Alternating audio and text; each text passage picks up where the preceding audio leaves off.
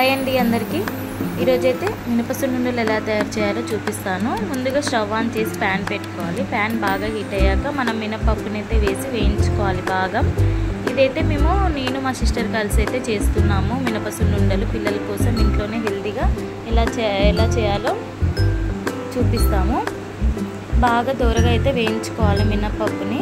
అది వేగేలోపు మనమైతే వీటికి కావాల్సిన ఐటమ్స్ చూద్దాము। మనమైతే 1 కప్పు మినపప్పు తీసుకున్నాం కదా, అందులో 3/4 కప్ వచ్చేసి షుగర్ తీసుకోవాలి అండ్ ఇందులో 2 యాలకులు వేసి బాగా మిక్సీ అయితే పట్టేసుకోవాలి, షుగర్ పౌడర్ చేసుకోవాలి।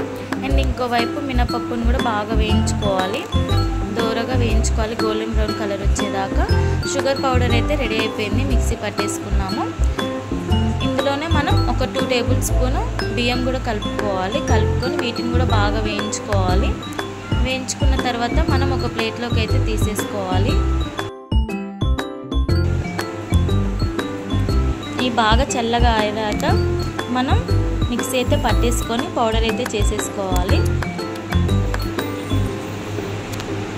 ఇలా పౌడర్ చేసుకున్నాక మనం ఇందులోనే ముందుగా మిక్సీ పట్టుకున్న షుగర్ పౌడర్ని కూడా మిక్స్ చేసి రెండింటిని బాగా కలుపుకోవాలి। ఇందులోనే మనం ముందుగా నెయ్యి అయితే బాగా వేడి చేసి పక్కకు పెట్టేసుకోవాలి, దాన్ని కూడా ఇందులో కలిపేసుకొని మనం సున్నుండలు అయితే తయారు చేసుకోవాలి। అంతే ఫ్రెండ్స్, నా ఛానల్ కనుక ఫస్ట్ టైం చూస్తున్నట్టే సబ్స్క్రైబ్ చేసుకోండి, లైక్ చేయండి, షేర్ చేయండి।